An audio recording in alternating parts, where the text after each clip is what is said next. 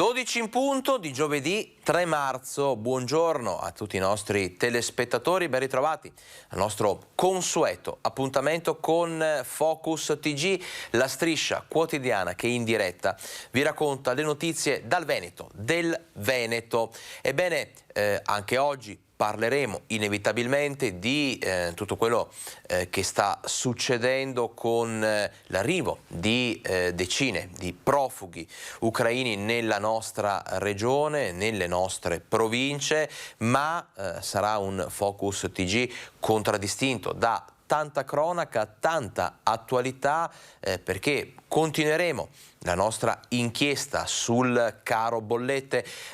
La voce dei nostri cittadini verrà come sempre raccontata, riportata da noi di Rete Veneta con le vostre segnalazioni, con le vostre storie. E poi dicevamo tanta cronaca, andremo a Padova, andremo a Treviso, a Vicenza, nel Bassanese, insomma vi porteremo in giro per il nostro territorio per raccontarvi tutto quello che è successo e che sta succedendo. Ma come detto, apriamo questa edizione continuando a parlare dell'emergenza umanitaria che sta contrastinguendo questi giorni, queste settimane così difficili, insomma, per quello che riguarda appunto la situazione russo-ucraina. Ebbene, la macchina della solidarietà veneta si è messa immediatamente in moto in questi ultimi giorni. Vi stiamo veramente raccontando di manifestazioni di affetto, di solidarietà veramente straordinarie da parte di tutto il popolo veneto. A Montegrotto Terme, ad esempio, iniziamo subito spostandoci nel Padovano, il sindaco sta contattando tutte le famiglie ucraine residenti appunto nel suo territorio. Sono già arrivati i primi rifugiati, donne, bambini e anziani. Vediamo. Stiamo contattando tutte le famiglie di origine ucraina o ucraine che già vivono a Montegrotto Terme, e non solo dell'Ucraina ma anche della Bielorussia e della Russia. E quindi abbiamo fatto una cernita sulle esigenze che queste persone possano avere. Abbiamo già contezza che sono arrivati alcuni profughi ospitati da familiari o amici, e di conseguenza abbiamo esteso quegli aiuti che già abbiamo dedicato da anni tramite l'accoglienza a chi scappa dalla guerra da altre parti del mondo anche a loro. 37 nuclei familiari, famiglie con figli piccoli, giovani donne e giovani uomini, cittadini che già da qualche giorno hanno iniziato a ospitare familiari scappati dalla guerra. A Montegrotto Terme in queste famiglie sono arrivati 2 donne, una con 2 figli piccoli. Gli uomini restano in Ucraina per combattere. I prossimi attesi sono anziani. Stanno arrivando anche degli anziani che spesso trovano delle difficoltà alle frontiere, dove aspettano anche più di 70 ore per riuscire a passare e venire in Unione Europea. Si attendono disposizioni da prefettura e governo a Montegrotto Terme, uno dei 4 comuni della provincia di Padova del progetto SAI, ex SPRAR, che già accoglie rifugiati afghani, pakistani e dell'Africa subsahariana.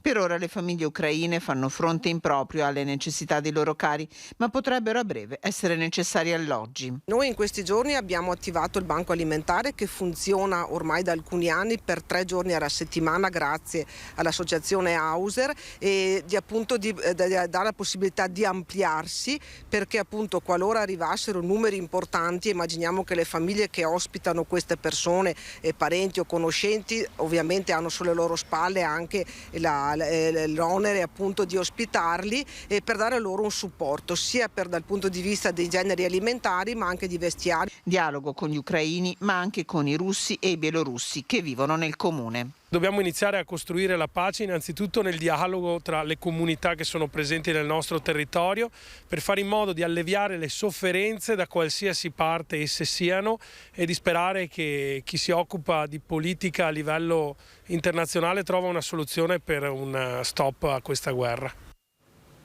E sono arrivati nella giornata di ieri i primi profughi anche a Valdobbiadene, profughi ucraini che sono stati alloggiati al Covid Hotel,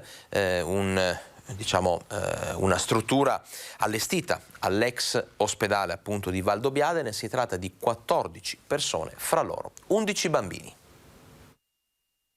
Fra i 14 profughi ucraini ospitati al Covid Hotel allestito all'ex ospedale Guicciardini di Valdobbiadene vi sono donne e bambini, fra loro 2 positivi. Si tratta di 11 persone, 3 donne e 11 bambini.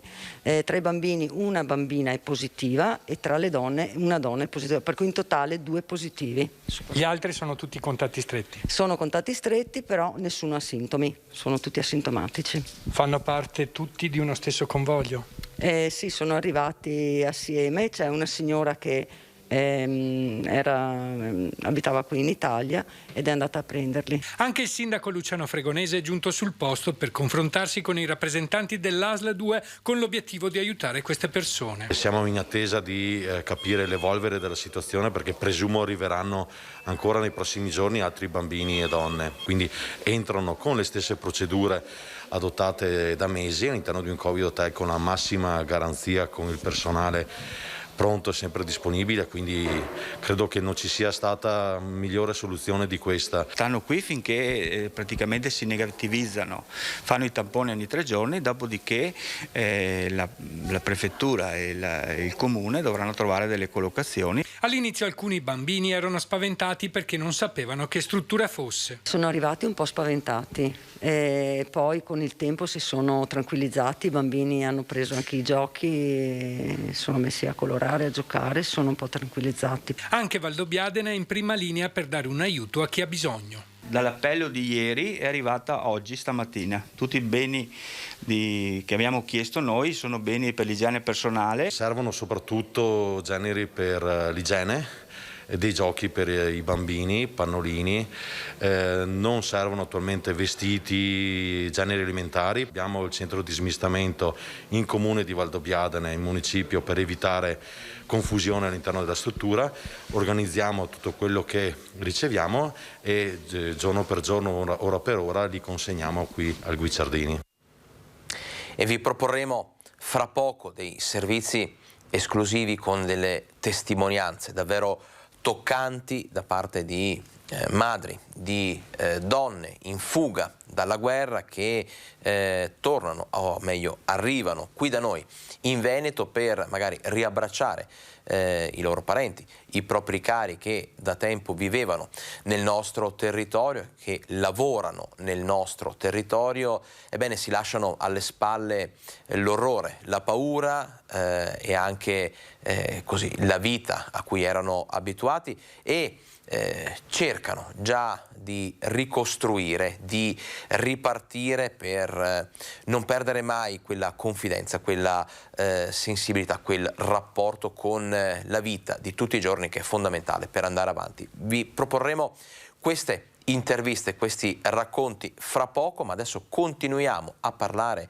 di aiuti concreti per le famiglie ucraine. Ebbene, abbiamo visto Valdobbiadene, abbiamo visto nel Padovano a Montegrotto come ci si sta organizzando. Adesso ci spostiamo a Grisignano, anche qui, anche in questo caso la macchina degli aiuti funziona e corre spedita. Vediamo.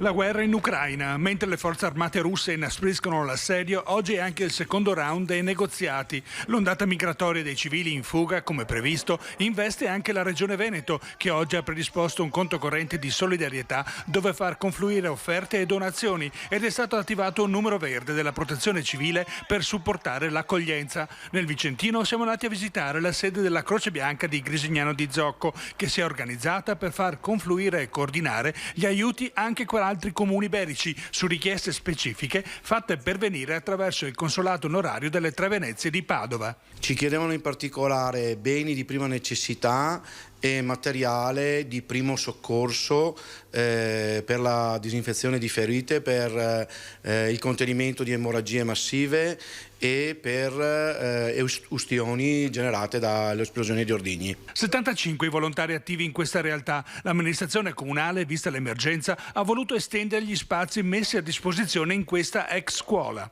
Qui abbiamo materiali per il confezionamento E qui abbiamo la suddivisione dei materiali. Nel pomeriggio ci organizzeremo anche con delle scaffalature, perché devo dire che la risposta dei vicentini è stata veramente importante, anche degli ucraini presenti in territorio vicentino è stata commovente. Generi di prima necessità, dagli alimenti in scatola, non in vetro per ovvie ragioni di trasporto, e poi i beni di igiene personale, quindi dalle salviette per la detergenza, perché altro non c'è, al dentifricio, il sapone liquido, a quanto serve per la cura dell'igiene personale, oltre che ai materiali per i bambini, quindi omogenizzati, pannolini. Nel frattempo fioccano le telefonate dei cittadini che chiedono informazioni. Solo ieri 119 chiamate che testimoniano quanto si stia mobilitando la solidarietà dei vicentini. Volevo un'informazione, a voi interessa anche roba da vestire usata insieme, messa bene? Affermativo, da venerdì raccogliamo tutto l'abbigliamento per bambini, intesi dallo 0 ai 16 anni, e per le donne. Donare dei soldi, c'è un IBAN apposito e, le ripeto, noi ci impegniamo a acquistare materiale d'urgenza e emergenza. Alla raccolta è commovente il contributo dei bambini che con i genitori hanno voluto accompagnare i loro doni anche con un pensiero affettuoso. È scritto chiaramente in inglese, questi sono i giocattolini che ha dato un bambino. Dear Ukraine, you are not alone, stay strong, from an Italy family. Insomma, tanto di cui parlare ancora, avremo i nostri collegamenti, tanta cronaca, tanta attualità dal territorio. Tutto questo fra poco. Adesso ci prendiamo una piccola pausa, andiamo in pubblicità.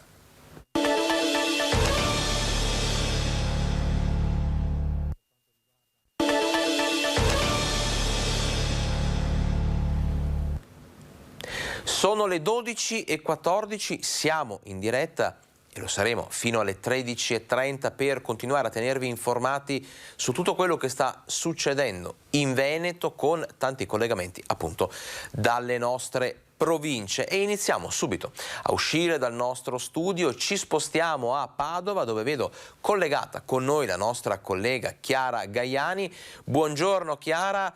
In questa prima parte del nostro Focus TG stiamo parlando inevitabilmente di quello che sta succedendo non solo a livello chiaramente internazionale, ma con le ripercussioni nel nostro territorio, con l'emergenza umanitaria, l'arrivo dei profughi nelle varie province del Veneto. Ebbene, aggiornaci Chiara su qual è la situazione proprio a Padova. Buongiorno Alex e buongiorno a tutti i telespettatori. Intanto volevo dirti dove mi trovo, perché è un posto un po' inconsueto rispetto a quello dei collegamenti che facciamo di solito. Ci troviamo in una laterale, ci siamo fiondati con l'auto, l'abbiamo lasciata giusto per farvi il collegamento della Valsugana. Stiamo andando verso Campo San Martino, dove con il collega Federico Cibotto andremo a raccogliere la testimonianza di una studentessa Erasmus che vive proprio a Campo San Martino e che si trovava fino a ieri a San Pietroburgo in Russia. Da lì è partita per rientrare in casa, avrebbe dovuto rientrare a casa, avrebbe dovuto fermarsi fino a giugno, e ci raccontava che anche dalla parte russa del conflitto la situazione non è poi così tranquilla.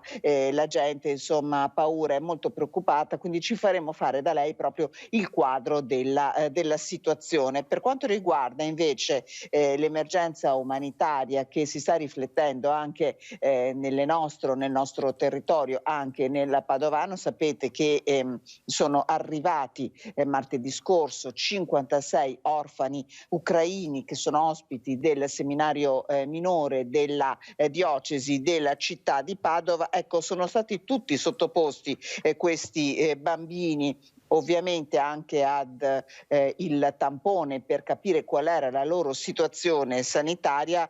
La Regione Veneto riferisce che 10 di questi bambini sono stati trovati positivi al coronavirus. Tra l'altro, attorno proprio ai bambini ospiti del seminario che è a sede a Rubano si è stretta diciamo tutta la forza della solidarietà di Padova, capitale del volontariato nell'anno terribile del 2020. Si sono fatti avanti davvero in tantissimi. Io stessa vi racconto, insomma, ero a casa domenica quando la diocesi ha diffuso attraverso i canali delle parrocchie il messaggio che si stava raccogliendo cibo, si stava raccogliendo vestiti alle 7, quindi nel giro di 2 ore arrivavano i messaggi, insomma, sulle chat delle varie parrocchie, compresa la mia, che era stato già raccolto tutto, e c'era gente che aveva già tantissimi vestiti da portare e non sapeva appunto dove portarli, nel senso che ha detto basta, chiudiamo, abbiamo già raccolto più che a sufficienza. Quindi davvero una grande solidarietà, a loro fianco anche i medici che si sono resi disponibili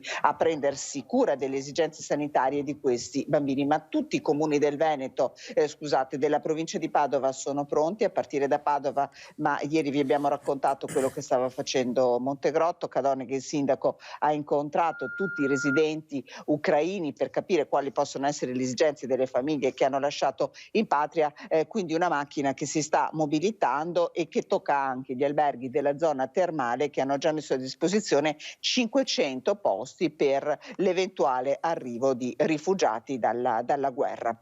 Grazie a Federico Cibotto e a Chiara Gaiani per questo collegamento in diretta che ci ha dato una fotografia ben precisa di quello che insomma è la situazione a Padova e anche insomma dei prossimi impegni della nostra collega Chiara Gaiani, approfondimenti e servizi che chiaramente vedremo questa sera nelle nostre edizioni dedicate all'informazione. Grazie, buon lavoro Chiara Gaiani. Grazie.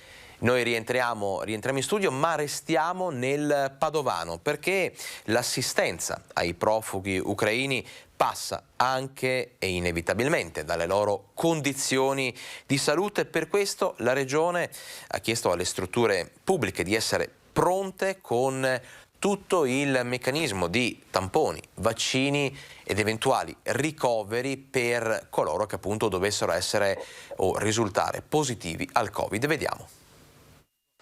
Anche la sanità padovana è pronta a fare la sua parte nell'assistenza ai profughi ucraini che stanno cominciando ad arrivare in Veneto. Il coordinamento dell'accoglienza partirà naturalmente dalla Regione, mentre l'azienda ospedaliera di Padova, grazie anche alle sue eccellenze internazionali, si è già attivata per fornire servizi a partire da quelli più quotidiani come i tamponi. Disponibilità ad eseguire tamponi, disponibilità ad eseguire vaccinazioni, disponibilità ai ricoveri, sia per quanto riguarda ricoveri diurni sia ricoveri ordinari, disponibilità a effettuare visite specialistiche là dove servono. Dopo i primi arrivi, infatti, si è attivata la macchina sanitaria e in particolare a Padova sono arrivate richieste di chiarimenti o di intervento per i casi più difficili che necessiteranno di un ricovero o di terapie particolari.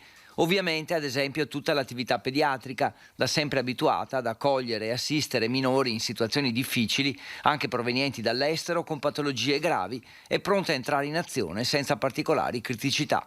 Abbiamo avuto qualche chiamata per capire una disponibilità per qualche ricovero molto particolare. Si parla di soggetti con patologie, pesanti, gravi, in particolare in età pediatrica. Il primo passaggio è quello dell'arrivo di 65 persone al seminario minore di Rubano, la maggior parte dei quali sono minori, anche senza familiari. Da loro, attraverso chi li assiste, partirà la verifica della situazione sanitaria e l'eventuale necessità di visite, esami o ricoveri. E nella giornata di ieri la nostra collega Sharon Di Carlo ha incontrato Oksana, una donna ucraina che vive a Mussolente, che ci ha raccontato con dei video esclusivi una parte delle atrocità della guerra. Ha parlato addirittura e ci ha fatto vedere bambini oncologici nascosti nelle cantine, abbandonati nelle cantine perché gli ospedali non sono posti sicuri, alcuni addirittura non sono più agibili, sono stati evacuati e quindi il rischio è che questi bambini muoiano addirittura per mancanza di cure basilari nelle cantine, negli scantinati di alcuni palazzi in Ucraina. Vediamo. Non posso stare ferma, io devo urlare, pace, aiutatemi, aiutatemi per mio popolo. Pace, una parola che oggi ha un significato ancora più grande del solito, ed è quello che chiede, strozzata dal dolore, Oksana, arrivata dall'Ucraina mussolente 24 anni fa. Ho lasciato mia patria, ho lasciato mia famiglia, ho lasciato una bambina che avevo 5 anni, partita per dare futuro per mia famiglia, per mia figlia migliore. Un futuro migliore. È questo che sperava per la sua terra e la sua famiglia, che oggi si trovano ad affrontare un presente che risponde a un nome che nessuno vorrebbe mai pronunciare: guerra. Primi giorni ho sentito sempre, adesso purtroppo non abbiamo sempre linea. No, in qualche maniera riusciamo a sentire solo una parola: sono viva e tutto a posto. E i racconti oltre confine non lasciano spazio all'immaginazione. Raccontano come muoiono bambini piccoli. Bambini che hanno bisogno proprio medicina, oncologie, che bambini senza capelli, che 20 kg pesano, devono stare nascosti, cantine, freddi, umidi, bui, dottori che piangono perché perdono questo bambino. Io voglio ringraziare tutti gli italiani che stanno lavorando con me già una settimana. Tutti mi hanno detto di sì, aiuto esiste. Io ringrazio il vostro popolo che sta vicino con me. Sguardi, parole, testimonianze che sicuramente ci toccano da vicino, e adesso ne sentiamo un'altra, la testimonianza di Victoria, ci arriva da Sedico, anche in questo caso parole di speranza per un futuro di pace, ma parole contraddistinte dal dolore, dalla paura. Vediamo. Siamo arrivati ieri, siamo di Kiev, abbiamo fatto il viaggio lungo di 4 giorni, siamo partiti il 25, abbiamo fatto 20 ore di strada fino alla frontiera, poi 20 ore, più di 20 ore di attesa alla frontiera. Abbiamo dormito in macchina, ci siamo svegliati il 24 alle 5 dalle esplosioni. Eravamo molto spaventati, abbiamo preso le valigie e siamo andati fuori città. Per il momento ci sembrava che fosse più tranquillo, ma siamo stati un giorno lì, abbiamo visto che non cambia nulla, era molto difficile. Ho detto no, devo portare via i bambini. Mio papà è militare. È stato lì sin dall'inizio e mio marito adesso è rimasto in Ucraina occidentale ad aiutare la gente. Vi sentite comunque di avere un supporto da parte degli italiani e delle persone che vi hanno accolto? Direi tutta l'Europa, perché sin dalla Romania, quando siamo entrati, subito ci hanno dato il cibo, acqua, sostegno, tutto. Anche poi in Ungheria, perché abbiamo dormito una notte in Ungheria. E qua in Italia tanto supporto da parte di tutte le persone. Avete già pensato che cosa farete prossimamente, i prossimi passi dopo essere arrivati qui?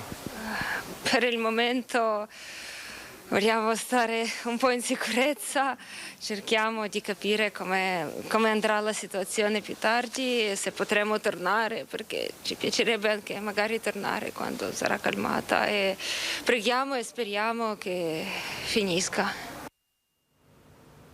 E per il momento chiudiamo qui la parentesi dedicata alla guerra, dedicata all'emergenza umanitaria, ai soccorsi, al cuore, alla solidarietà che ha messo in campo immediatamente il Veneto. Ci prendiamo 2 minuti di pubblicità, 2 minuti di tempo per rientrare con Focus TG, argomento di discussione ancora il caro bollette, altre testimonianze importanti, riflessioni di strettissima attualità e poi la cronaca con i nostri collegamenti in giro per il territorio, tanto di cui parlare. A fra poco.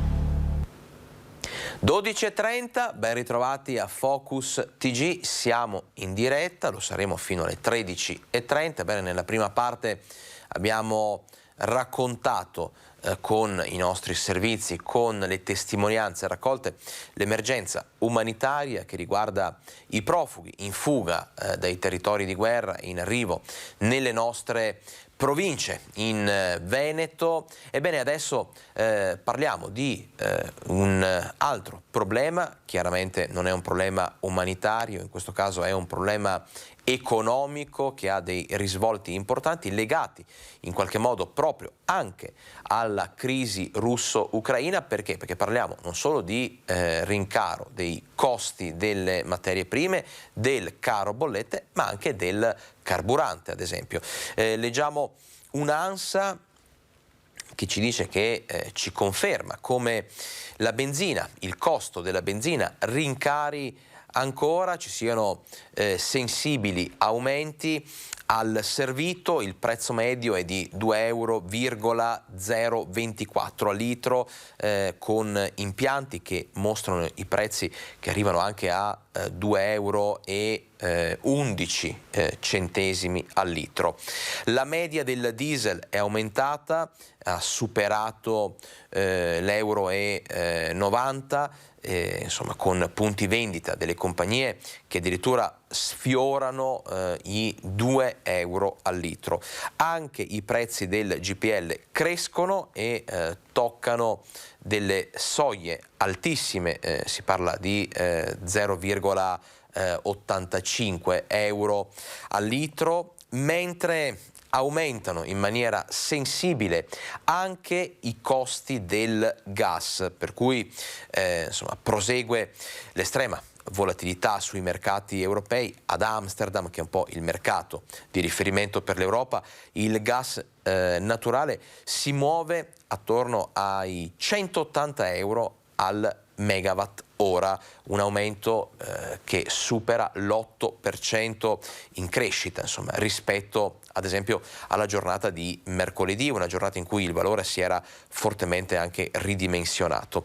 Ebbene, dicevamo che la guerra in Ucraina costringe le famiglie del nostro territorio, le imprese, ma anche gli enti locali a ragionare, a fare dei calcoli sui rincari, sulla gestione appunto delle economie. Cosa fare, come poter risparmiare. A Treviso, pensate, i rincari rischiano di assorbire il 5% del bilancio, mentre da politica e sindacati si chiede di calmierare i prezzi il prima possibile. A Zero Branco si riducono, ad esempio, in maniera drastica le ore del riscaldamento. Abbiamo riassunto un po' tutte queste casistiche, tutte queste situazioni nel prossimo servizio.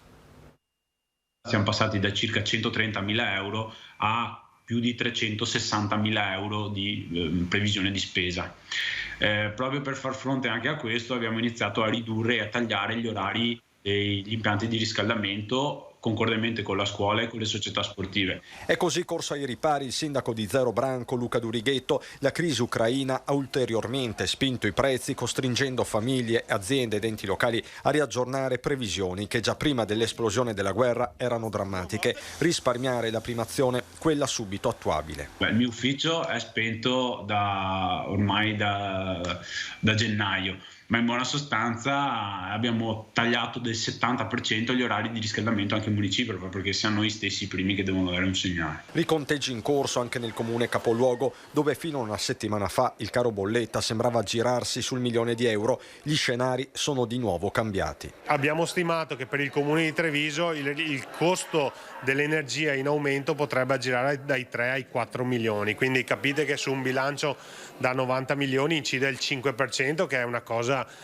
incredibile. Stesso copione a Castelfranco e al Sant'Artemio. Da Stefano Marcon parte un nuovo messaggio all'esecutivo. La linea è condivisa anche dai sindacati. Nel breve deve intervenire il governo a sostegno di famiglie e imprese, perché altrimenti ci troviamo in situazioni non gestibili. Sarebbe opportuno la possibilità di calmierare i costi. Ovviamente questo lo si fa se c'è un'intesa a livello europeo che possa intervenire nel mettere dei tetti ai costi dell'energia, perché quanto noi importiamo subisce molte volte la speculazione delle borse, della finanza, Crisi internazionale con ripercussioni locali, la pace come unico vero antidoto. Anche per questo domani sera a Zero Branco la nuova mobilitazione dalle 18:30, camion e trattori in piazza contro la guerra e i suoi risvolti economici. Si parte dalla zona artigianale. Mano a mano che ci si avvicinerà al centro di Zero Branco verranno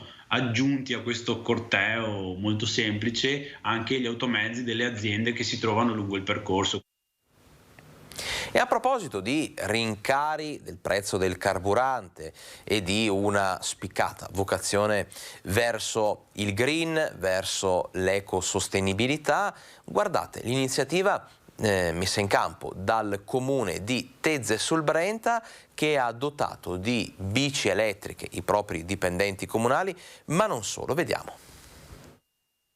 Bicycle, bicycle.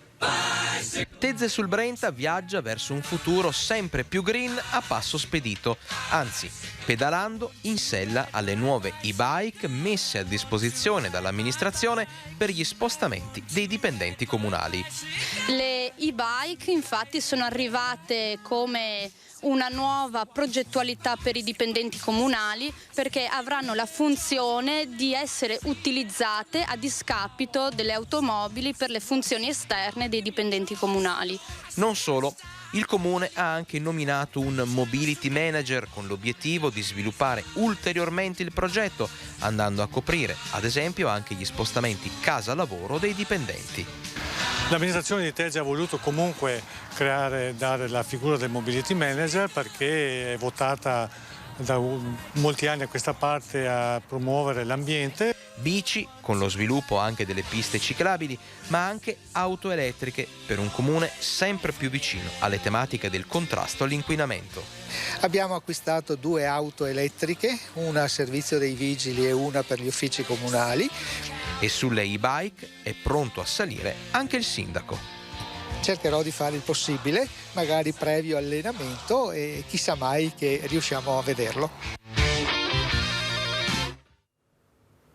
E come sempre, come sapete, come vi raccontiamo, noi di Rete Veneta diamo voce ai cittadini. Qui da noi c'è sempre spazio per le vostre segnalazioni, per le vostre storie, per le vostre testimonianze. E a proposito dei rincari di costi di carburante, di bollette della luce, del gas, noi siamo andati proprio in mezzo alla gente, in mezzo a voi, per chiedervi come stanno cambiando le vostre abitudini di vita. C'è chi appunto sceglie di fare economia, di spegnere i riscaldamenti, c'è invece chi si ingegna con soluzioni del tutto particolari. Vediamo nel prossimo servizio come i cittadini si stanno attrezzando a contrastare questo forte rincaro dei prezzi.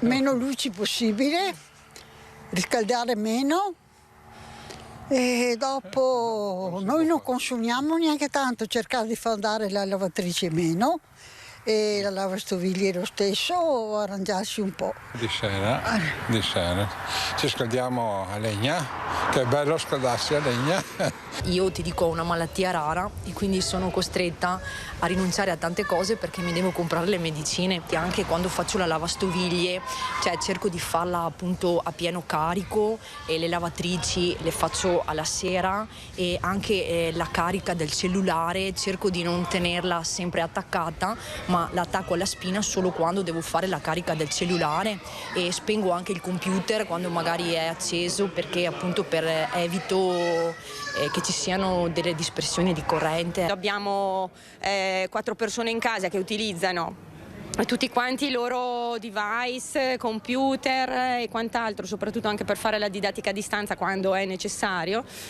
Credo che sarà un po' difficile staccarsi da certi utilizzi. Si comincia un po' a risparmiare, la luce è aperta così che la lasciavi tranquillamente, adesso ci pensi, cominci a spegnere, capisci che c'è un costo che non è più quello di prima.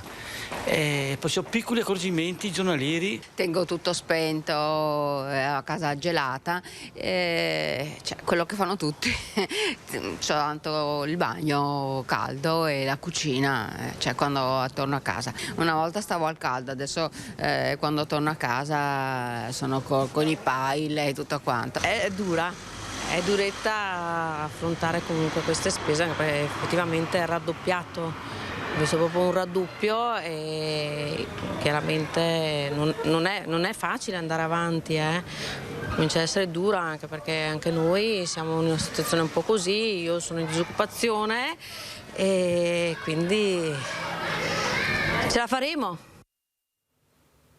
Ce la faremo, messaggio di speranza che noi accogliamo sicuramente col sorriso. Le difficoltà ad ogni modo restano, sono tante le aziende, le famiglie, le associazioni, gli enti, le amministrazioni comunali che si stanno trovando in difficoltà. Continuiamo a parlarne fra poco dopo la pubblicità.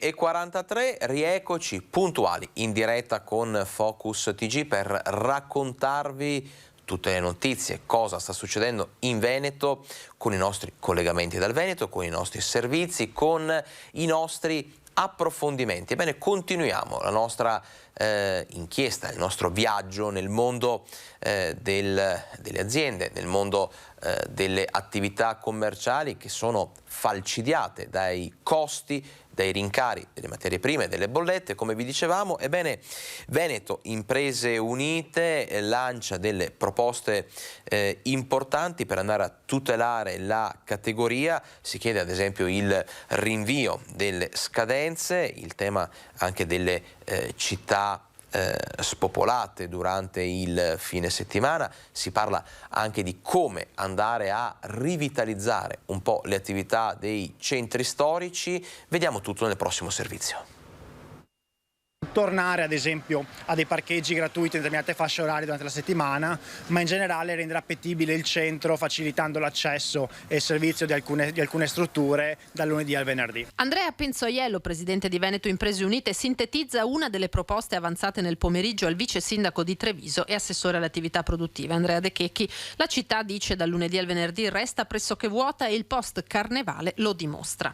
Le situazioni come quelle di questi giorni, con le festività di Carnevale, San Valentino primo, Natale, sono sicuramente belle, attirano turisti, però abbiamo visto tutti quanti, ne parlava questi giorni qua anche il Federico Capraro, presidente Ascom, non portano poi reale economia nelle casse dei negozi, soprattutto dei ristoranti. I bar ovviamente fanno qualche spritz in più, ma si tratta di 2 giorni di festa. C'è necessità quindi di investire magari un po' meno in questo momento di partenza negli eventi estemporanei e tornare a dare aiuti perché la gente venga a spendere in città dal lunedì al venerdì. Veneto Imprese Unite propone anche la creazione di un tavolo permanente che si raduni con cadenza mensile, attorno al quale si confrontino comuni e associazioni di categoria del commercio, così da avere voce in capitolo, dice a Penzoiello, sulla programmazione di Cassugana. Nel frattempo l'associazione prosegue il confronto con i prefetti del Veneto, già incontrati quelli di Verona e Padova. Domani sarà la volta di Rovigo. In agenda sgravi legati anche ai continui rincari dell'energia che a causa della guerra in corso rischiano di protrarsi. Posticipare la partenza del prestito garantito dallo Stato del primo decreto Cura Italia, che però nel milleproroghe sembra già abbia avuto una proroga appunto di 6 mesi. Parliamo di abbattimento del costo del lavoro, parliamo di abbassare lo scaglione per il credito d'imposta sugli affitti, tornare al 30% così come era nei decreti precedenti, e poi rivedere alcune tasse locali tipo Tari e Cosa per le aziende più in difficoltà, e anche la partenza delle cartelle esattoriali che adesso col milleproroghe possono essere di nuovo dilazionate entro aprile del 2022, però serve una sospensione almeno per le aziende veramente in difficoltà. E la crisi profonda non risparmia di certo il comparto agricolo. Noi siamo andati a parlare proprio con Coldiretti, l'area bassanese, per cercare di fare il punto della situazione e capire, oltre alle problematiche, anche quali possono essere le possibili soluzioni. La guerra, le bollette alle stelle, rincari enormi nel costo delle materie prime. Coltivatori e allevatori del Bassanese devono affrontare un momento storico estremamente complicato. Stavamo vivendo già una situazione difficile con i prezzi alle stelle, Adesso, da quando è cominciata la guerra, sono ulteriormente aumentati i prezzi dei mangimi, mais e soia in primis, e diciamo non ci voleva. Il periodo negativo si innesta su una situazione già difficile. Banale dirlo, ma la guerra è sbagliata di per sé e in più si porta dietro anche questi strascichi economici che mettono in seria difficoltà le nostre aziende, che già strutturalmente non stavano vivendo di certo un buon periodo. Il rischio di perdere per strada pezzi importanti del tessuto produttivo del comparto agricolo è molto alto, già nell'immediato futuro. Il rischio c'è, è reale e cominciamo a toccarlo con mano. C'è il grosso problema dei concimi. La Russia è un grosso esportatore di concimi e con l'embargo che sta arrivando metterà in seria difficoltà le produzioni del Vicentino. Gli agricoltori e le associazioni di categoria rivolgono quindi una richiesta al governo. Sarebbe magari opportuno ripensare un po' anche quella che è la legge italiana, nel senso che sarebbe arrivato il momento di equiparare i concimi chimici con quelli naturali. E già questa storia grida un po' vendetta di per sé, perché i concimi naturali come i reflui zootecnici hanno delle limitazioni maggiori. Penso che sia arrivato il momento di portare avanti anche questa questione, che potrebbe in parte dare un sospiro di sollievo al mondo dell'agricoltura. E c'è anche qualcos'altro che tutti possiamo fare. L'appello degli allevatori e di chi vive in generale del settore primario è di rivolgere la propria attenzione alle produzioni locali. Ovviamente è anche il momento di stringerci attorno e fare lo sforzo di appunto aiutare un po' quella che è l'economia del territorio. So che non è facile, il periodo è complicato per tutti, imprese e famiglie insieme, però altre soluzioni nel breve periodo non ne vedo. E prima di continuare con i nostri servizi, con i nostri approfondimenti, apriamo una parentesi dedicata alla strettissima attualità, dedicata al Covid, all'andamento dell'epidemia in Veneto. Come ogni giorno diamo lettura di quello che è il report che ci fornisce Azienda Zero, report che fotografa, come oramai abbiamo imparato a conoscere, a leggere la tabella, fotografa l'andamento della curva epidemiologica nella nostra regione nelle ultime 24 ore. Ebbene, il report di questa mattina ci racconta che il delta dei casi positivi nelle ultime 24 ore fa segnare un 3.918 nuovi positivi. Rimaniamo comunque al di sotto della soglia dei 4.000 positivi al giorno, quindi il delta è sceso sotto appunto la soglia dei 4.000. Ieri il dato era leggermente più basso, però comunque sono numeri ampiamente gestibili, ampiamente al di sotto di quelle che erano le notizie e i dati reali che ci arrivavano, che commentavamo insieme, ad esempio a inizio 2022, quindi non più tardi di 2 mesi e mezzo fa, in cui si parlava di 22.000 contagi in più al giorno. Numeri, dicevamo, quindi sicuramente più gestibili, 3.918 i nuovi casi positivi rispetto alla giornata di ieri, che fanno salire i casi complessivi attualmente di persone positive in Veneto a 51.229. Anche qui l'obiettivo a breve termine, a brevissimo termine, è quello che ci ha confermato insomma anche la stessa regione, di scendere sotto il muro dei 50.000 positivi in Veneto. Vedremo quando appunto raggiungeremo questo risultato. Diamo un'occhiata ad altre 2 tabelle importanti, che sono quelle delle ospedalizzazioni in area non critica e delle terapie intensive. Come sempre anche qui abbiamo imparato, no? Quando c'è il meno davanti vuol dire che sono notizie da accogliere col sorriso, notizie positive. 29 ospedalizzazioni in meno, 29 ricoveri quindi in meno nei nostri ospedali in area non critica, e scendono di 5 unità le terapie intensive. Per quello che riguarda i decessi, anche questo non ci stanchiamo mai di ripeterlo, è un dato difficile ogni volta da dare, da commentare. Comunque nelle ultime 24 ore dobbiamo constatare la scomparsa di 10 persone causa Covid. Adesso andiamo a vedere anche il report delle vaccinazioni. Come sta andando la campagna di vaccinazione in Veneto dopo chiaramente i numeri importantissimi segnati nei primi mesi, insomma, di disponibilità del vaccino, raggiunto insomma una fetta di popolazione straordinariamente ampia in tutta la nostra regione. Adesso i numeri sono chiaramente più lenti nella crescita, però guardiamo insieme. Nella giornata di ieri sono state somministrate 2.845 dosi di vaccino, di cui 218 prime dosi, 402 a completare insomma il ciclo, quindi le seconde dosi, e 2.225 dosi addizionali, la cosiddetta insomma terza dose o il booster. Ebbene, i numeri totali dei vaccini in Veneto li vediamo in maniera molto chiara, riportati in questa tabella, in questo grafico. Sono 10.836.634 le dosi di vaccino somministrate, inoculate in Veneto, di cui più di 3 milioni di prime dosi, più di 4 milioni e mezzo di cicli completati, quindi di seconde dosi, e oltre 3 milioni e 100.000, per esattezza 3 milioni 178.362 dosi addizionali. Andiamo a dare un'occhiata a questi altri dati prima di continuare con il nostro telegiornale. Ebbene, qui sono riepilogate le percentuali di vaccinati suddivisi per fascia di età.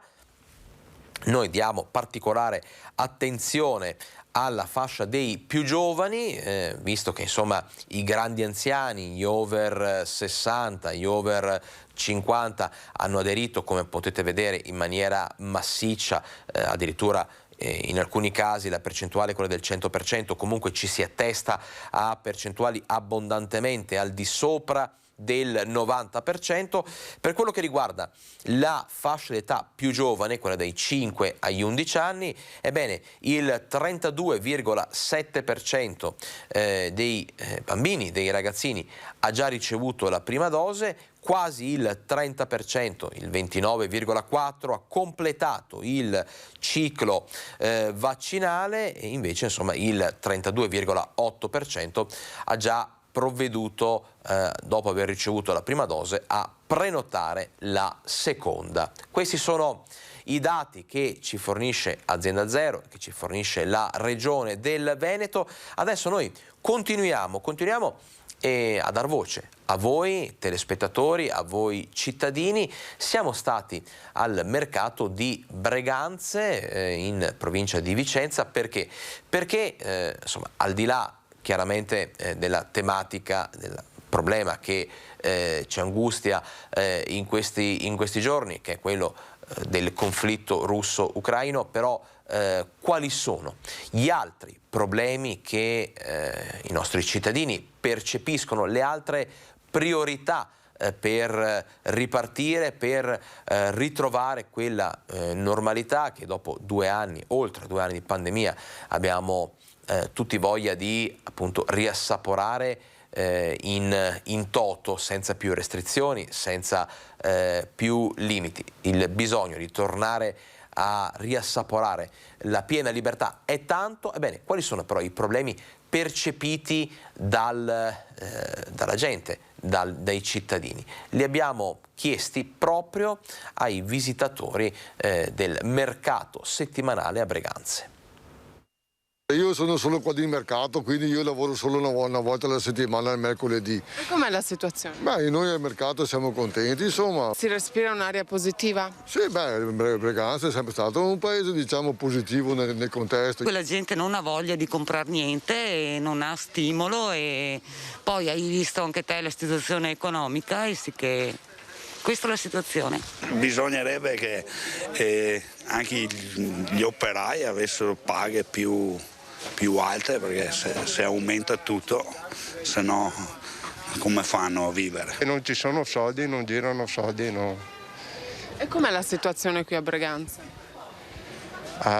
Io so che non è molto simpatica perché c'è difficoltà un po' dappertutto. Secondo lei a livello locale Breganze ha bisogno di qualcosa? Beh, ha bisogno sì, anche qui farlo più grande. Il mercato, dice? Mercato, sì, perché è piccolino ma è sempre bello però. Breganze, io sono delle zone, è tra i paesi più belli che c'è perché ti offre una piazza bellissima, ci sono locali meravigliosi, gentilezza, pulizia che non è scontato perché qui in giro c'è un bel po' di casino e non so, questa è proprio una zona meravigliosa, da Breganze verso Manostica, Mason, è una bellissima zona, cose che non vedo negli altri mercati che io faccio, senza fare nomi di qualche paese. Breganze è il top. Secondo lei cosa ci vorrebbe?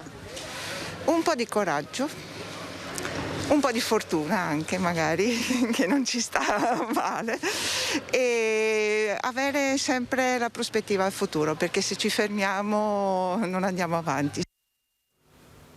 E domani è un giorno importante perché si scoprirà, insomma, siamo alle battute finali, domani c'è l'audizione per Vicenza al fine di aggiudicarsi il titolo di capitale della cultura 2024. Fervono i preparativi, sono ore concitate in vista appunto di un traguardo che sembra sempre più vicino, sempre più alla portata, però insomma sono tante le candidate, la concorrenza è serrata. Vediamo tutto nel prossimo servizio. Non nascondo una certa tensione, una certa emozione nell'affrontare venerdì la presentazione del nostro dossier per Capitale Italiana della Cultura 2024. Lo faremo in audizione, lo faremo dal Teatro Olimpico in collegamento con la Commissione, cercando di convincerli alla bontà di questo progetto, perché crediamo in una Vicenza aperta, ospitale e soprattutto internazionale. Culturalmente non abbiamo da invidiare nulla a nessuno. Poche ore ormai mancano alle audizioni per il titolo di Capitale Italiana della Cultura 2024, ultimi ritocchi per rifinire i contenuti registrati, parte integrante della prova d'esame. Dove sono andati a registrarli? Questo non si può dire, quindi, perché anche questa è una sorpresa, però non è un solo luogo, diciamo questo, sono più luoghi della città. Sfoderiamo la grande bellezza che ha questa città, tanti angoli noti, ai più, alcuni anche non noti. Lo scopo è quello in qualche modo di comunicare quello che è il contenuto, insomma, del dossier, cosa intendiamo noi con invenzione, cosa vuol dire mettere sempre l'umanità al centro di tutto in un momento in cui la cultura ci deve anche aiutare a superare i grandi conflitti che in questo momento il nostro mondo purtroppo sta vivendo. Vicenza sarà l'ultima candidata ad essere ascoltata dalla commissione ministeriale in streaming. Sembra quasi un esame di maturità fatto in DAD, per il quale la delegazione vicentina chiede il sostegno della città. Ai vicentini chiediamo di voler sempre bene alla loro città, che credo che sia importante, però il 4, quando comunicheremo il link, io spero di vedere migliaia di cittadini in qualche modo collegati, perché insomma vogliamo fargli vedere come vediamo anche noi la nostra città, vogliamo sentirli al nostro fianco. Non solo sulle location cittadine vige il massimo riservo, ma non sfugge nessuna indiscrezione nemmeno sui contenuti del dossier elaborato. Tutto top secret, è giusto che si scopra, come la Commissione deve scoprire il giorno 4, i contenuti di questo dossier. Siamo gli ultimi, potrebbe essere una cosa buona. Gli ultimi sono sempre i primi. Gli ultimi saranno i primi? Chi lo sa, lo scopriremo comunque presto. Noi adesso andiamo un attimo in pubblicità, rientriamo per l'ultimo blocco del nostro Focus TG. Tanta cronaca, tante notizie, tanta attualità, dobbiamo collegarci con Padova. A fra poco.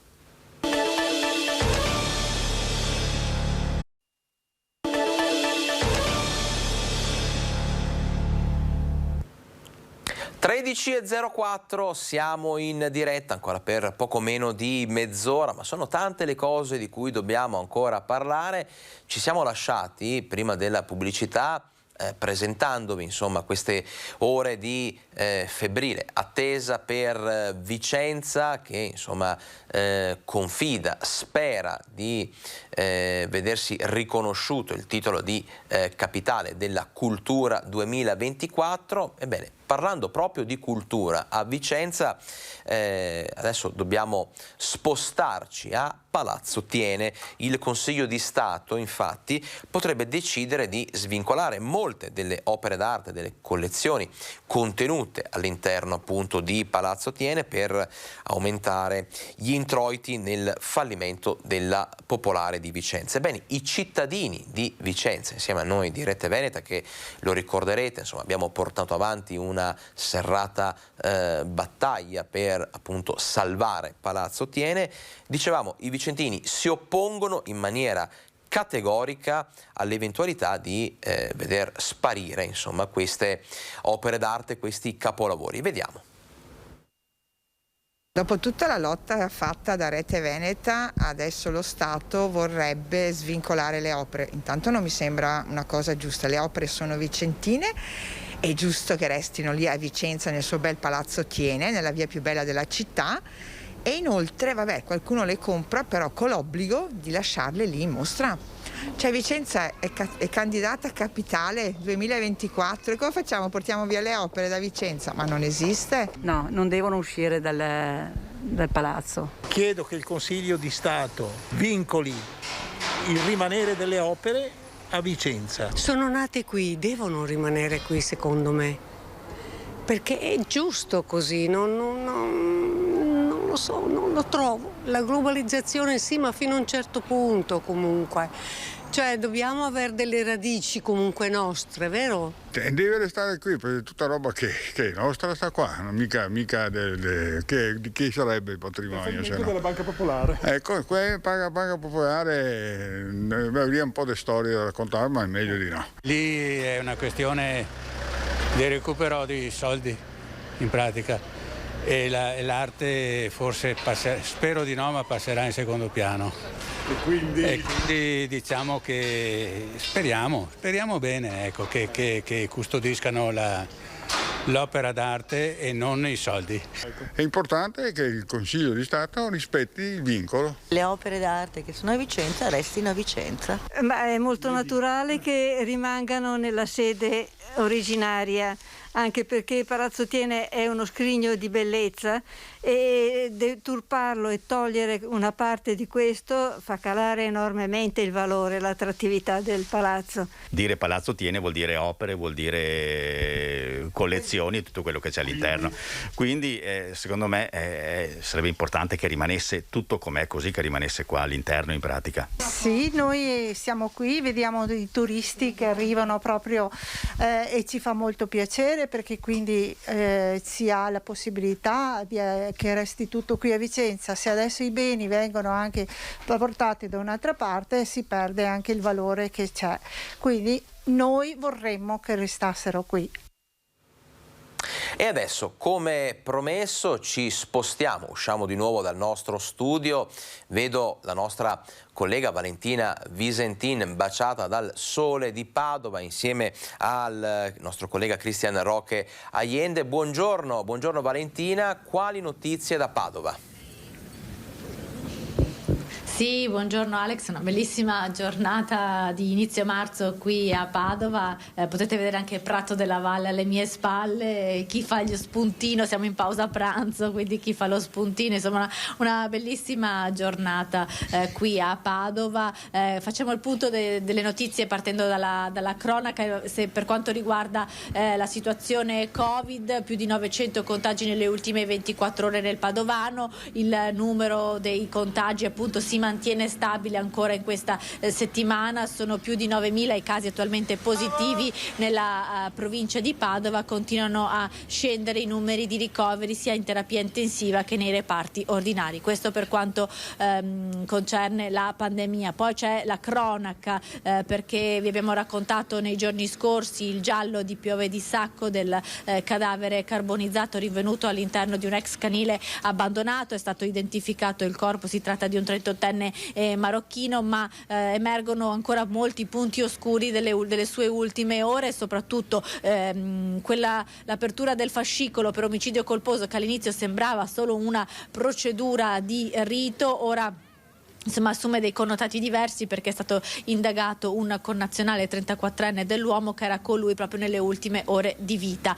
Chi ha portato la candela da cui è partito l'incendio e soprattutto perché non ha chiamato e svegliato l'amico per farlo scappare? Questi sono le due interrogativi principali a cui i carabinieri stanno cercando di dare risposta, per capire insomma se si possa trattare di omicidio colposo o intenzionale. Insomma, questi sono ancora i punti oscuri di questa vicenda, a cui potrà far luce solamente l'autopsia.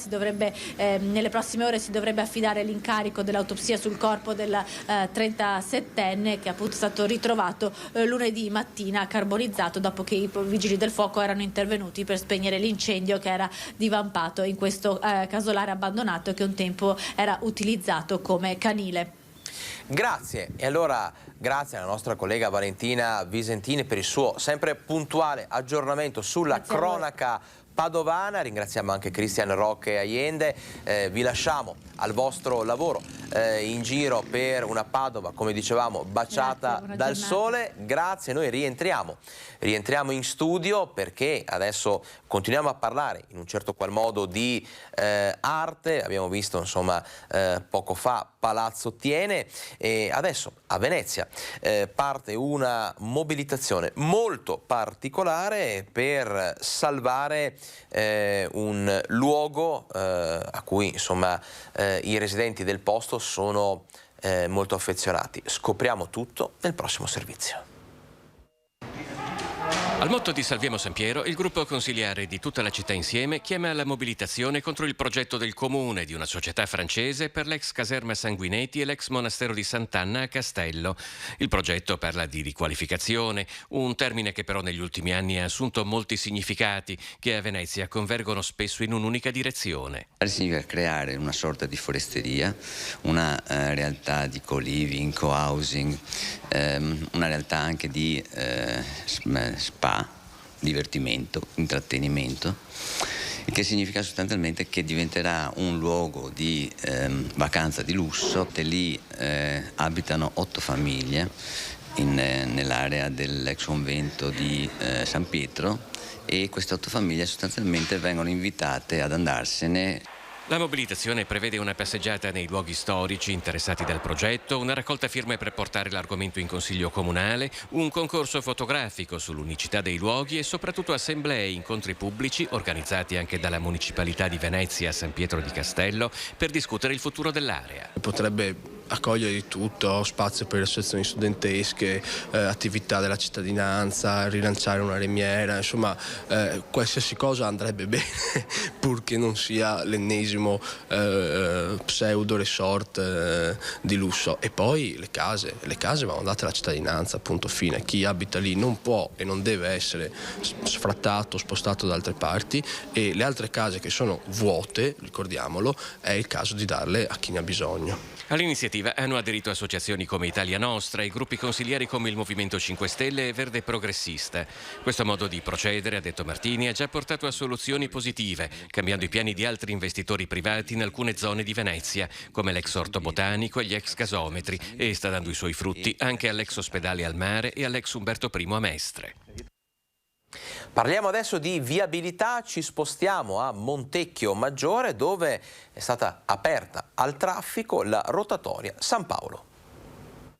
Montecchio Maggiore, eliminato in via definitiva l'impianto semaforico, la nuova rotatoria di piazza San Paolo all'incrocio tra viale Trieste, via Pozzane e via Nogara è stata aperta al traffico. Si tratta di un'opera da 350.000 euro che permetterà di rendere più fluida ma anche più sicura la viabilità della zona e rientra in un piano più vasto di riqualificazione della frazione di Alte Ceccato. L'apertura del rondò permetterà inoltre di rendere più agevole il transito dei veicoli sulla SS11 anche in vista del cantiere per l'abbattimento del cavalcaferrovia di via Battaglia, per consentire i lavori della linea alta velocità che interesserà Montecchio Maggiore a partire da aprile. Già predisposta la segnaletica per regolare il nuovo senso circolatorio. Nei prossimi giorni verranno realizzate ulteriori opere di completamento, le isole spartitraffico tra Viale Trieste e l'anello rotatorio e il tratto di marciapiede sud-est.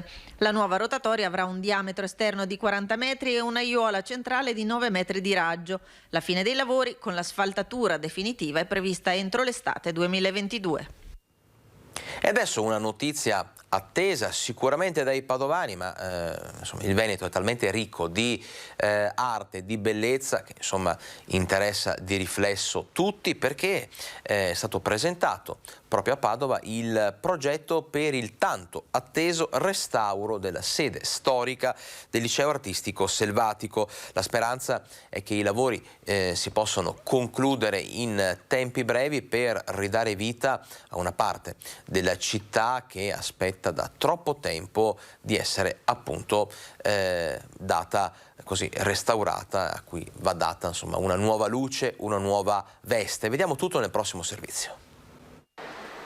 Restauro conservativo degli edifici storici, demolizione del padiglione est, riqualificazione dell'area definita prefabbricato che verrà collegata all'ambiente che la circonda a partire dal rapporto simbiotico con il Piovego e le mura cinquecentesche.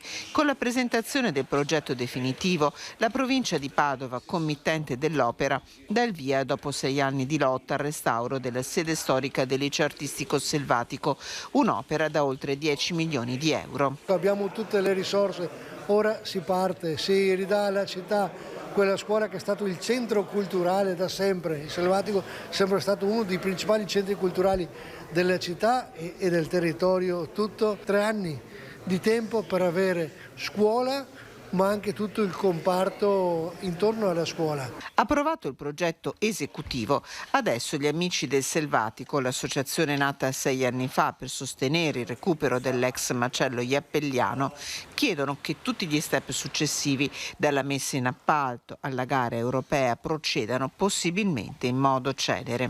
Noi, proprio facendo perno sulla preoccupazione diffusa di perdere una scuola di tale genere, abbiamo fatto una continua pressione e quindi la preoccupazione deve durare. Abbiamo per esempio un logo, la carta intestata dell'Associazione Amici del Selvatico, che vede l'edificio, il frontespizio del Selvatico messo alla rovescia. Lo raddrizzeremo solo quando inizieranno i lavori. Un progetto che si inserisce a pieno titolo nella rivoluzione che riguarderà tutta quell'area della città, da Parco Tito Livio nell'area Boschetti al Parco delle Mura. L'edificio è nostro, ma come sapete poi la provincia deve trovare i finanziamenti e adeguarlo. E uscirà penso una cosa spettacolare, una parte di Padova che verrà migliorata in maniera sensibile e uscirà sia sotto l'aspetto liceo sia sotto l'aspetto storico-culturale una grande opera. Storia e sapienza artigiana si sono intrecciate per 1 secolo e mezzo in una scuola simbolo della città. Il Selvatico ha prodotto, è stata la prima scuola d'arte, adesso un liceo, dell'Italia unificata. Il Selvatico ha prodotto centinaia e centinaia nel corso dei decenni di artigiani, di insegnanti, di artisti che hanno contribuito alla qualificazione più generale del paese. Ecco perché è stato straordinario vedere questa risposta corale. E il Carnevale di Venezia si è concluso in bellezza, grande affluenza di turisti, di pubblico, diciamo così, insomma un carnevale che dopo l'edizione dello scorso anno ha visto sicuramente una crescita importante. Ebbene, alla fine è stato lanciato anche un messaggio di pace che appunto contraddistingue anche l'attualità di questa manifestazione. Vediamo. La voglia di libertà e la capacità evocativa del Carnevale di Venezia hanno richiamato in città visitatori da 160 nazioni, comprese Australia, Figi e Nuova Zelanda. Il Carnevale si è concluso con numeri importanti. La giornata con più presenza è stata sabato 27 febbraio con un picco di 98.000 persone. Un carnevale diffuso sul territorio con eventi e spettacoli ovunque per garantire la massima sicurezza. 1100 spettacoli in tutti i buon PowerPoint, 118 artisti, 50 ore di spettacolo a Nebula Solaris, il dinner show. È stato un carnevale pazzesco nonostante la pandemia. Un'edizione costruita con l'amministrazione comunale e con le forze dell'ordine e con l'USL, last minute, per ridare una ripartenza a questa città con una sua delle manifestazioni più tradizionali e più attese. La risposta del pubblico è stata molto positiva e c'è stato un forte interesse per questo carnevale diffuso in tutti i campi, in tutte le strade della terraferma e delle isole. Venezia è tornata a risplendere con bellissime maschere che hanno sfilato per le calli nella suggestiva cornice di Piazza San Marco. Remember the Future, il tema scelto per questa edizione. Un viaggio tra passato e presente che ha trovato la sua massima espressione con l'abito indossato dalla Maria vincitrice del Carnevale, Alice Vars, creato per l'occasione dall'estro di Francesco Brigi dell'Atelier Pietro Longhi. Una perfetta fusione tra passato e futuro che invoca la pace.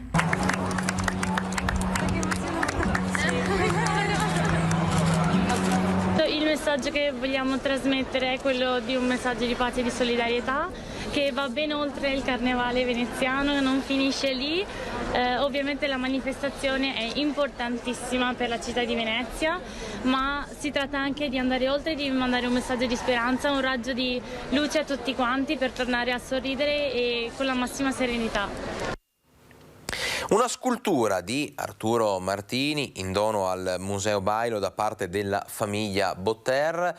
Anche questo è il Veneto ricco di solidarietà e di cultura che ci piace raccontarvi. Vediamo.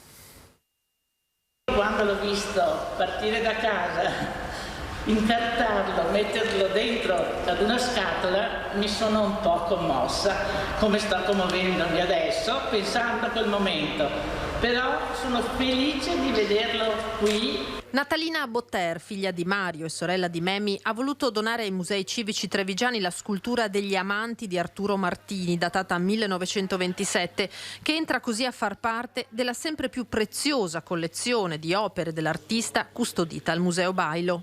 Natalina Botter è una degli ambasciatori di bellezza e di cultura trevigiana più grandi, c'è un affetto straordinario che ci lega. Questa statua le fu donato personalmente come regalo di compleanno dal papà, da Mario Botter, e adesso sceglie proprio, dopo simbolicamente il suo 80° compleanno, di regalarlo alla città. Quindi è una storia veramente straordinaria. Amanti che a maggio potranno dialogare con Amore e Psiche di Antonio Canova nella mostra che si aprirà proprio al Bailo, dedicata al maestro del neoclassicismo e al tema del romanticismo. Dalla famiglia Botter l'ennesimo dono alla città, una famiglia di restauratori, Mario, il figlio Memi, che insieme, dopo il bombardamento del 7 aprile del 1944, salvarono Palazzo dei 300 dalla completa demolizione e molte opere pittoriche della città. Vedere che in Europa nel 2022 ci sono ancora bombe che distruggono edifici e logicamente non solo edifici ma anche uccidono civili è uno strazio, veramente una pena pensare a quelle persone che stanno soffrendo quello che hanno sofferto i miei genitori o tutta la trevigianità nel periodo della guerra. E a proposito di cultura, c'è un paese sulle rive del Brenta, Cartigliano, che continua a dare spazio proprio alla cultura. Vediamo insieme. Cartigliano, centro della cultura, per ritrovare la socialità persa e per ripartire con l'impulso che arte, musica e istruzione sanno dare. Un calendario ricco di eventi e di iniziative che l'amministrazione comunale porta avanti con determinazione. Un esempio è stato il concerto inclusivo di sabato in Villa Morosini Cappello. Il progetto di musica di sabato in Villa Morosini Cappello è stato un successo e il successo è quando si trova lo spirito di collaborazione tra cittadini, in questo caso tra insegnanti, dirigenza scolastica, alunni, studenti della scuola primaria e secondaria del paese e i genitori. Un'attenzione particolare anche al mondo femminile, alle famiglie, alle mamme di Cartigliano. L'8 marzo si sta avvicinando e Cartigliano vuole celebrare la donna per tutto il mese. Ci sarà infatti un'esposizione di quadri, oli su tela nelle sale del municipio. Il 13 marzo ancora arte, anzi arti, che si intrecciano nella cornice della villa. Il Salone Nobile infatti ospiterà musica, arte, poesia, emozioni. Insomma, sarà un momento molto bello per noi donne. Infine, un riconoscimento al mondo della scuola, a quegli studenti che fra DAD, lezioni sospese e difficoltà hanno saputo raggiungere traguardi importanti nello studio. L'amministrazione di Cartigliano crede molto nel valore dello studio ed è per questo che ad aprile, il 23 aprile, ci sarà il premio di riconoscenza, un premio dal valore economico di 150 euro dato ai ragazzi meritevoli che hanno conseguito le votazioni maggiori nell'università, scuola media e scuola secondaria di primo e secondo grado. Insomma, una Cartigliano viva al centro della cultura. E adesso lo sport, perché nel fine settimana a Padova sono attesi, pensate, oltre 300 giovanissimi atleti di scherma per una gara di carattere nazionale. Niente trofeo Luxardo di scherma internazionale quest'anno. Molti atleti dell'Est Europa o dell'Asia sono vaccinati con sieri non riconosciuti dall'EMA, l'Agenzia Europea del Farmaco. Così largo ai giovani, anzi ai giovanissimi. La Federazione Italiana ha chiesto al Petrarca Scherma di organizzare una gara nazionale di sciabola maschile e femminile Under 14 al Palachioene per sabato e domenica prossimi. Molto spesso da queste gare giovanili emergeranno poi in futuro veramente i campioni. Il Gran Premio Giovanissimi, di cui questa è una delle tappe, è sempre stata fucina di atleti che poi appunto hanno calcato le pedane ai massimi livelli. La tappa padovana del campionato italiano giovanissimi vedrà in pedana oltre 300 schermidori da tutta Italia, oltre ad altrettanti arbitri, tecnici, accompagnatori e familiari, con un regalo per tutti loro da parte degli assessorati allo sport e alla cultura. Sia i partecipanti che gli accompagnatori e quindi genitori, famiglie possano entrare gratuitamente al Palazzo della Ragione, che è, come tutti sanno, uno dei nostri gioielli. E adesso una pedalata, pensate, di 19 chilometri in mezzo alla neve. Vi raccontiamo la LEM Winter, cioè la Enego Marcesina edizione invernale. Buona la prima e arrivederci alla prossima edizione, no? Ed è con questo augurio che Nicola Finco, vicepresidente Consiglio Veneto, e Ivo Boscardin, sindaco di Enego, salutano la prima edizione invernale dell'Enego Marcesina. In tantissimi hanno partecipato alla pedalata pomeridiana di 19 km, un percorso suggestivo in neve battuta e con uno sfondo mozzafiato. La pandemia ci ha insegnato una cosa, che il turismo lento, il turismo di qualità, il vivere la natura e l'ambiente sono tutti elementi che fanno bene a noi, ma soprattutto ci permettono di conoscere meglio le realtà che abbiamo sul territorio regionale, e per questo insomma è nata una collaborazione che mi auguro, questa era la prima edizione della LEM Winter, e mi auguro veramente che sia il primo di tanti eventi che permetteranno al territorio di crescere, ma soprattutto farlo conoscere e creare un'economia che è importante soprattutto per queste aree di montagna. Un nuovo modo quindi di pensare al turismo, senza dimenticare le radici del territorio. Qui di solito si partiva con gli sci di fondo, marcia tricolore, marcia bianca, tanto che adesso proprio questo è l'anniversario della prima edizione della marcia bianca. Siamo quasi in chiusura. Prima di salutarci, però, per chi magari si fosse collegato con noi con un pizzico di ritardo, oltretutto vi ricordiamo che il nostro Focus TG si può seguire in diretta streaming anche sui dispositivi mobili. Dicevamo, per chi si fosse collegato con noi un po' in ritardo, andiamo a rileggere velocissimamente il report di Azienda Zero per fotografare anche oggi l'andamento dell'epidemia in Veneto. Ebbene, i numeri restano confortanti, il delta dei casi positivi, quindi la variazione dei nuovi positivi rispetto alle ultime 24 ore, fa segnare un più 3.918, sono questi i positivi intercettati, riscontrati nelle ultime 24 ore. Gli attualmente positivi in Veneto sono invece 51.229 e qui l'obiettivo, come dicevamo anche prima, è abbattere quanto prima il muro dei 50.000 per arrivare a commentare numeri di portata sempre più bassa.